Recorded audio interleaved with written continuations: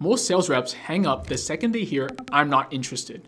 But what if I told you that's exactly when the real sales conversation begins? At Prospeo, we've analyzed over 3,000 cold calls, and we were quite shocked. When we dug in, 67% of those not interested prospects actually had the problem we could solve. I'm Kevin from Prospeo, and in this video, I'll show you the exact words we use to flip instant rejections into a book meeting, a framework that we use ourselves that consistently turns "I'm not interested" into deals that close. Let's get into it.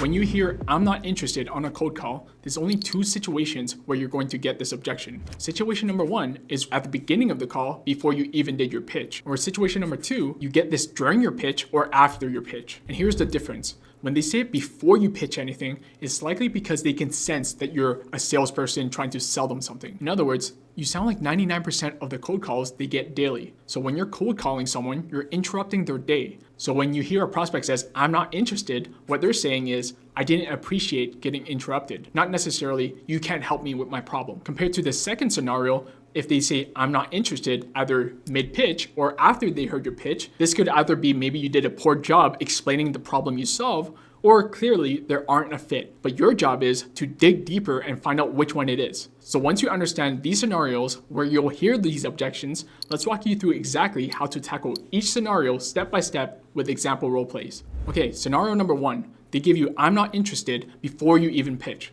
Let me show you why most people get this objection in the first place. Most reps open with something like, "Hi, this is Kevin from XYZ company. How are you today?" Or, "Hi, are you looking for new clients at the moment?" You sound exactly like everybody else. So instead, I use a permission-based opener. Something like, "Hey John, I know I caught you out of the blue. Unfortunately, this is a cold call. However, it is a highly researched one. Mind if I take 30 seconds to explain why I called you specifically?" Permission-based openers allow the prospect to opt in to hearing my pitch. And 80% of prospects get curious enough and they agree to let me pitch, which eliminates 90% of hearing this objection at the start of the call. And don't get me wrong, you can still hear "I'm not interested" in taking cold calls from the prospect, but here's how you can maneuver that.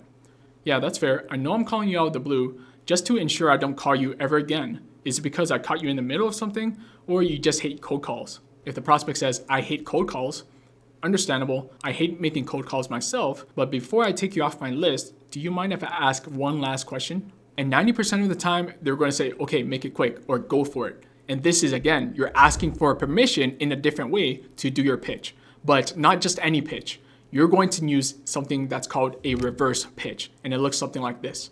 "Yeah, so I'm calling because I speak with a lot of head of sales at B2B SaaS companies like Slack and HubSpot. Their biggest challenge is ramping new AEs quickly without pulling focus from existing reps who need to hit quota. How does that compare to what you're experiencing with your two new hires?" So the goal is to make this question count. This is your last chance to keep the conversation going. And whatever they respond with, they're going to be impressed that you did your research and you understand their world. Now they're more likely to be open about what you have to offer. In the second scenario, this is when the prospect says, "I'm not interested" after hearing your pitch. Here's exactly what I would say. "Yeah, I totally understand if you're not interested. Before I get off the phone with you, can I ask, is it because you're already handling this in-house, or this just isn't a priority at the moment?" And the goal here is to give them two options and get more context on the situation to really understand what's happening. Let's say the prospect responds with, "Yeah, this isn't a priority at the moment." You're going to respond with, "Got it. When do you foresee this becoming a priority then?" So for example, prospect says, "Probably in about 6 months." And you're going to say, "That's fair. I'll circle back in 6 months. And out of curiosity, what would need to change between now and 6 months for this to become a priority?" There's always more to the story.